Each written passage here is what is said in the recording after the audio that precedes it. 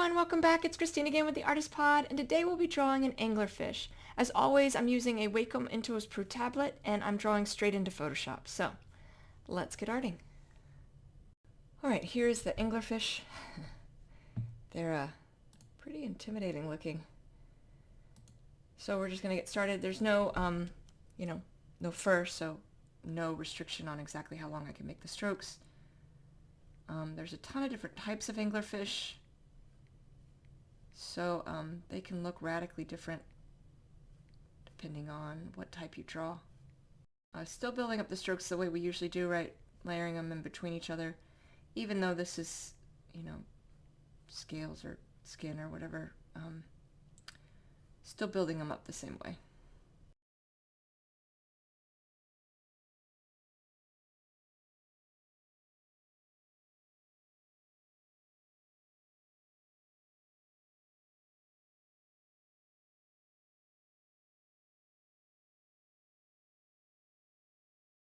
Anglerfish have a whole lot going on.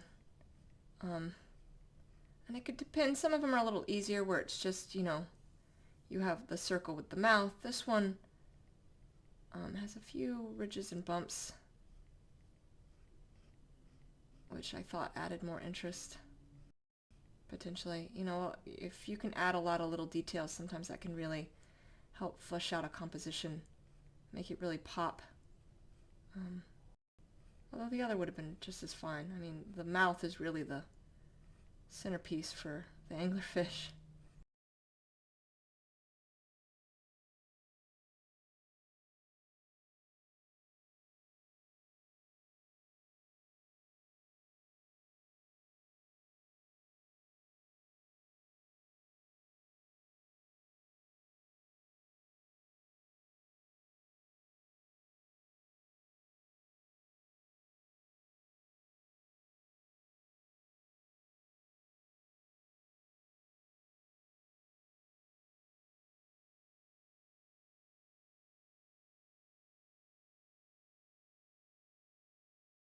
Alright, so I'm just debating on the color.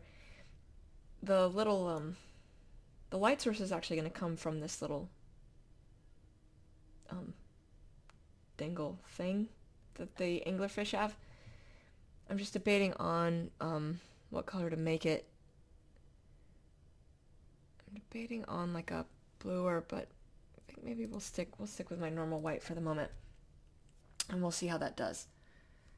And since this is the light source, the whole thing is going to be in highlight. And their little, this little thing that hangs down, isn't always perfectly circular, and so I've made it not circular. It's different shapes, for different fish. But it should make adding shadows and highlights pretty interesting, doing it from this point. It's good in that the mouth will really be highlighted. And that's kind of the talking point of anglerfish. And then we'll indicate some light coming off of it too, after we get kind of the highlights and shadows in place. Because right now it just looks like it's white. But that'll change as we add shadows, highlights, and give this sort of a ring to indicate it's glowing. They have teeth that go back into their throat a bit too, so it's not just the teeth right at the front, but the teeth that are back into their throat.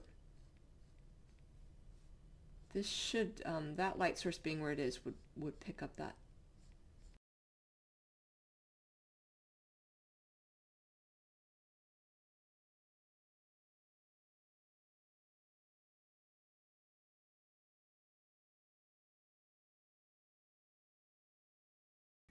Now that we have the teeth, we're going to go ahead and brighten it up. So if the light source is coming from here, the mouth is going to get a good burst. The lips are angling out. Some of these humps might not. Some of the bulges will, so This is inside the mouth. This will also have probably a nice little burst, but we're going to start outside first. Right, so it's the bottom of the lips that are going to have that burst here. Fading out as the lips round away, they sort of round up.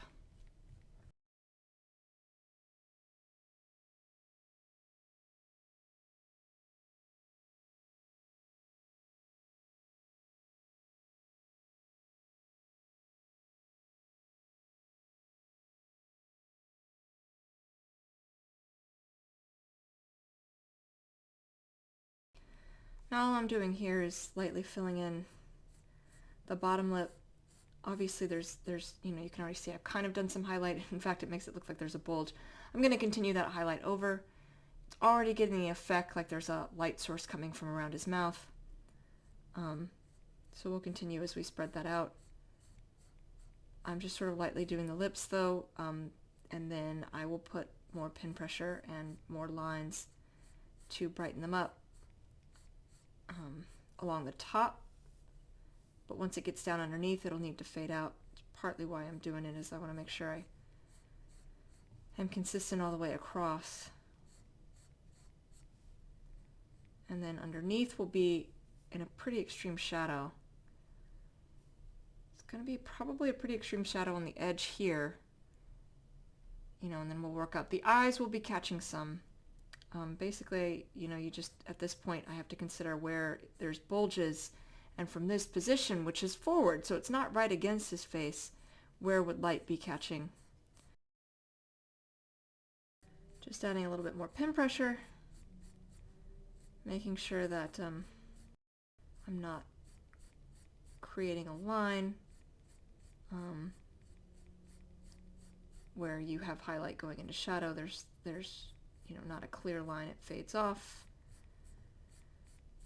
and that it's consistent across how it's done. So really the highlights by his mouth is the easiest one to sort because it's just on that inside. By his lips, it's going to be a little harder sorting out what's what as we go further out.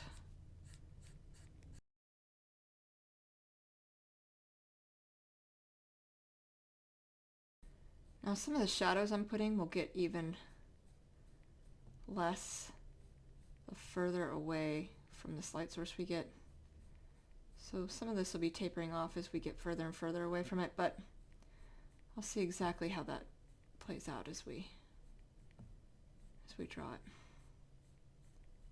Get a sense the more I fill in exactly how that's going to look and how much pin pressure to hold back on. That'll still help it be effective. I'm going to give a little, not much, a little bit of light to this bulge, thinking that some might be hitting, but not a whole lot.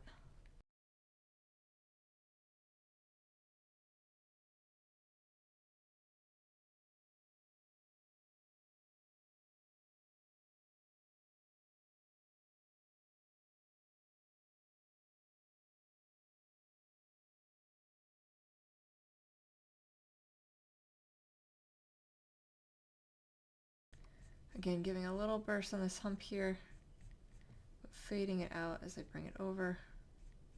And it's nothing big. I'm going to do the same thing on the other side. And then as we go further and further out, right, these shadows will be more extreme. There's probably going to be a little bit of burst maybe on the head here. Maybe here on like the cheek far enough out. Maybe on some bulges and skin and stuff, but otherwise everything else is going to be pretty much in shadow, except the mouth. The mouth will be in a little bit more of a highlight. Because it's going into a recess, it's not going to be a ton of highlight, but it will be a little bit.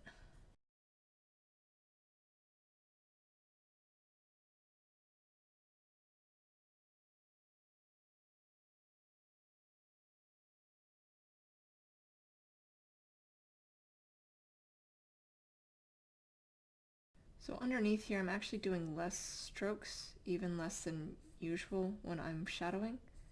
I'm being very mindful of where all of my strokes are. but I'm also doing enough to fill in so there's not a line like under the lip. And very, very light pin pressure, as light as I can get it.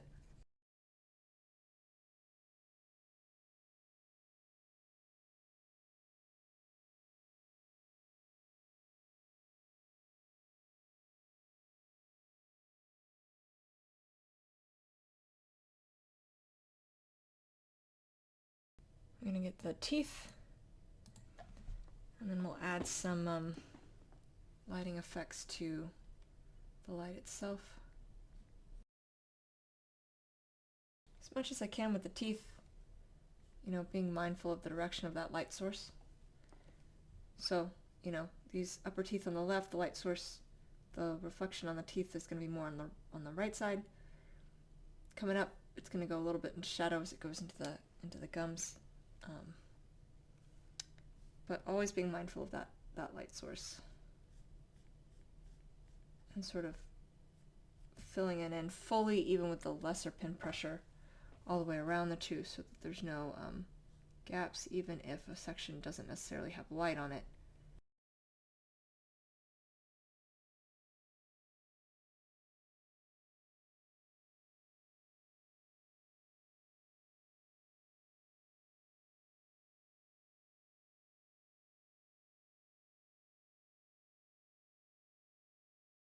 Alright, so the ball right now just looks like, you know, it's a white ball. So we're going to add some lines as we fade out from it to indicate light. So I'm just going to fill the ball in a little bit more, make it a little brighter. So the highlights and shadows have done some of that, right? Like you can kind of see, you know, we're looking at this and there's clearly a light source happening roughly where that is.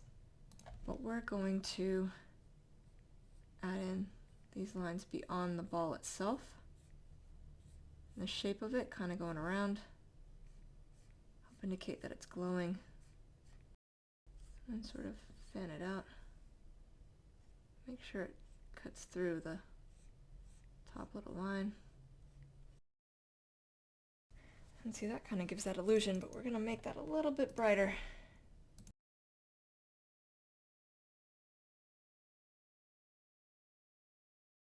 By when you're creating a glow effect, you want to make sure that the original shape is a little harder to see the edge very clearly, which is why I brighten it up, right? Like you don't want that to somebody to look at it and be like, oh, well, this is the edge. You want it a little bit more ambiguous.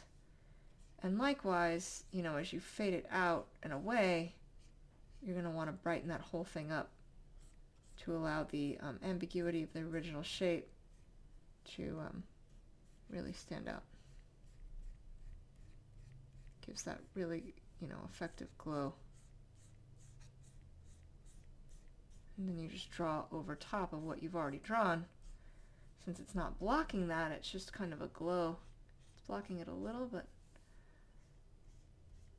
you know, you'd be able to see underneath, especially as the glow disperses. And as long as it's highlighted to that effect, it should work out. Now the last thing I'm going to do is actually the fins, which are back here. Oh, and the eyes. But these are pretty far away and angled back, so we're not going to do much, just a few light strokes. Probably add a few bursts of light on them after I fill them both in, but nothing big.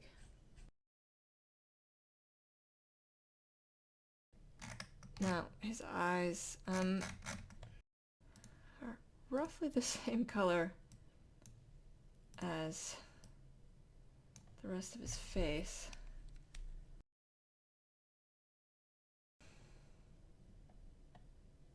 Alright, so that is how you draw an anglerfish. I hope that was helpful. In the floating nether next to me, I have other videos of art tutorials I have done, and I will see you all soon. Thank you so much. Take care.